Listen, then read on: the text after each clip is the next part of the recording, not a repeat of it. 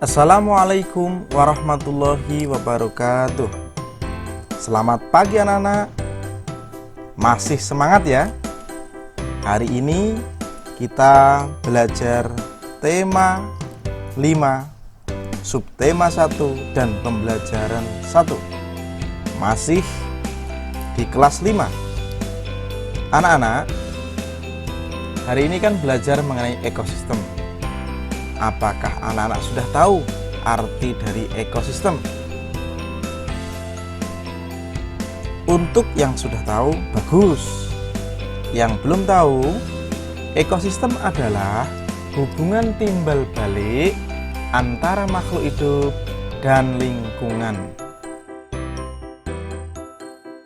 Anak-anak, lingkungan adalah segala sesuatu yang berada di sekitar makhluk hidup. Lingkungan terdiri atas bagian yang hidup atau biotik dan bagian tak hidup atau abiotik. Bagian yang hidup di sebuah lingkungan terdiri atas tumbuhan, hewan, dan makhluk hidup lainnya. Bagian lingkungan yang tak hidup terdiri atas cahaya matahari, air, udara, dan tanah. Bagian yang hidup atau biotik dengan bagian yang tak hidup atau abiotik saling berkaitan. Hubungan timbal balik antara makhluk hidup dengan lingkungan disebut ekosistem. Ekosistem tersusun atas individu, populasi, dan komunitas. Individu adalah makhluk hidup tunggal, misalnya seekor kambing, seekor burung, dan sebuah pohon cemara. Tempat individu tinggal disebut habitat. Populasi adalah kumpulan individu sejenis yang menempati suatu daerah tertentu.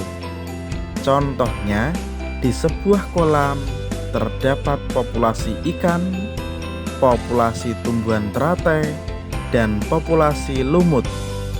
Sementara itu, komunitas adalah populasi makhluk hidup di suatu daerah tertentu.